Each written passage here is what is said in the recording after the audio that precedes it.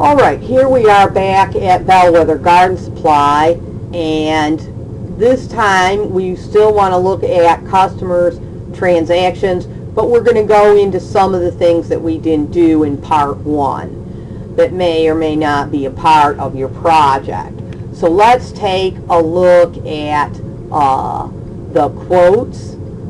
If we want to make a quote, and I want to give a quote to ABC Company,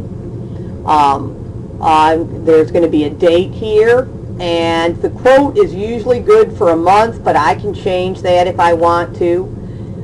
Most documents in a company have pre-numbered, consecutive pre-numbers on them, and so I'm going to want to say, oh, this is quote number 4, 5, 6, 7, whatever number is on that particular quote. Then I would say, well, how many of these do we want?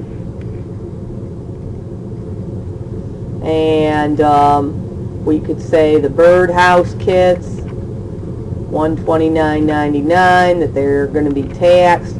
Okay, we can tell it which, that was Cobb County tax. Okay, and so this is $551.16. That's our quote.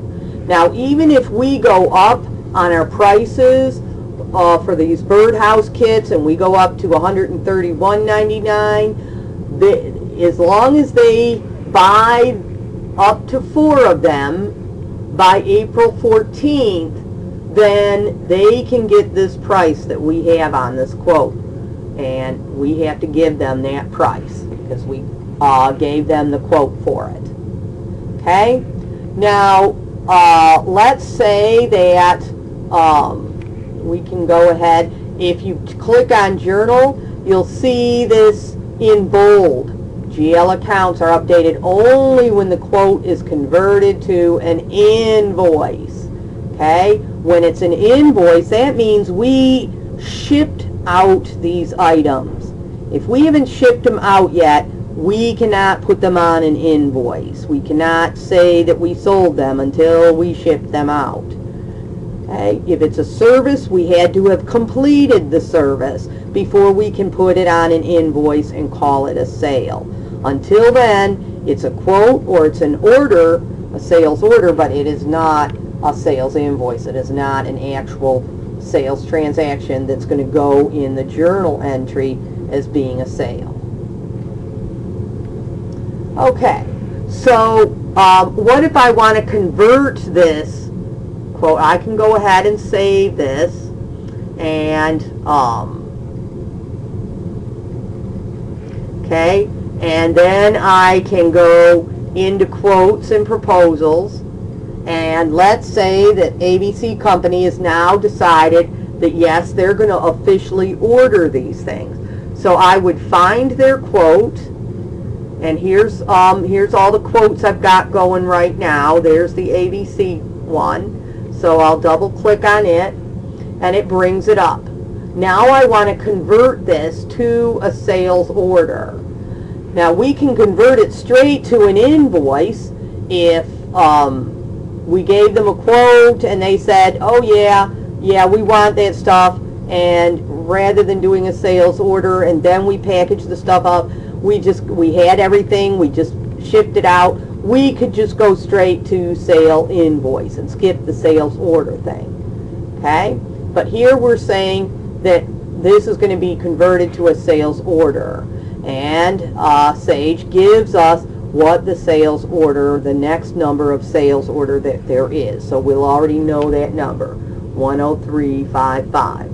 So we say okay. Okay?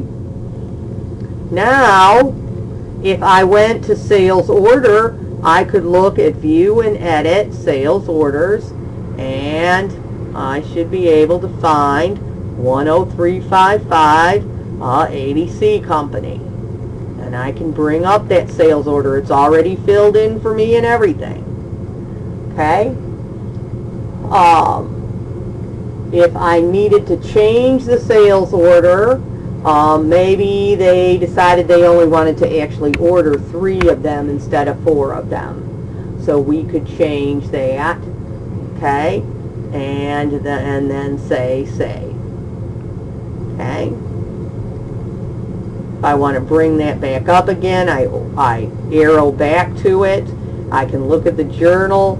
Again, this is still saying when we actually ship this stuff, this is what we're going to debit and credit. However, we're not shipping it yet, so therefore nothing is being put into the books yet.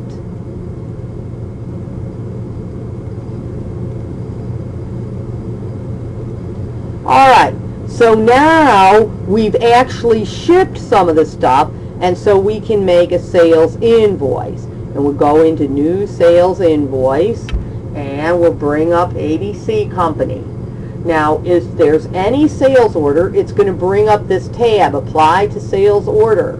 And then we press the down arrow and we say, well, which sales order? Well, here it is.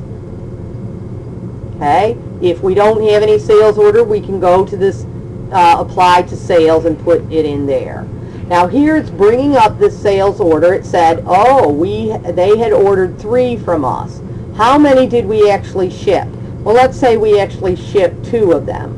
We would just put in how many we shipped, because we can't charge them anything until we ship it. Okay? So now it's calculated that out. It's recalculated out the tax for just 2 of them, and now here's the total that's going to be due.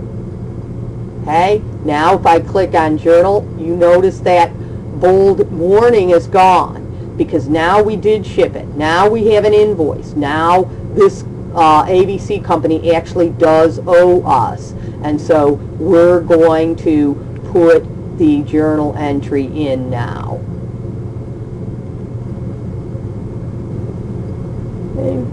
And we can go ahead and say save. Now let's say it's a week later, and now we can ship out that last one. We go into new sales invoice, we bring up ABC Company. Okay, again the sales order, we choose it. It shows that there's still 1 left that they had ordered that we haven't shipped yet. So then we could go in and put in that extra 1, and now they owe us $137.79. Of course, you would put your dates in and your invoice numbers in, etc. Okay.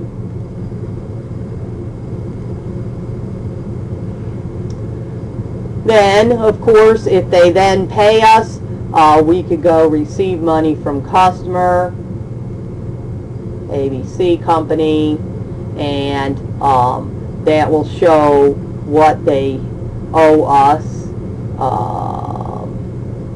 and then we can check off what needs to be paid. We did not put invoice numbers on those others, so that's not going to show up on here. We need to get invoice. You have to have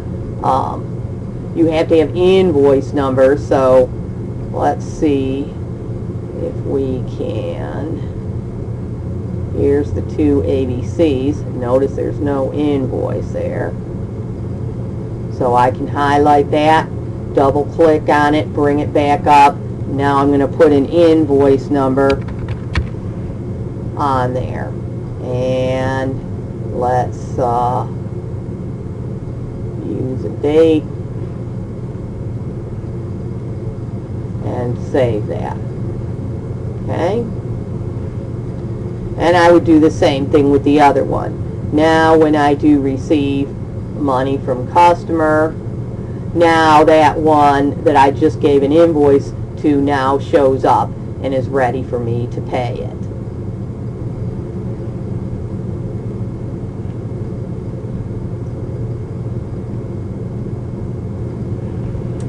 Alright,